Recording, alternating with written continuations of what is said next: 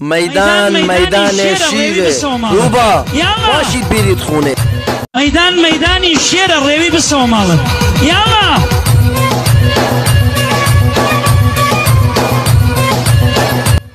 اینجا جنگنده واسطاده تا دند مسلح نداره بالا دست. آقا جان خیلی دوستتون دارم.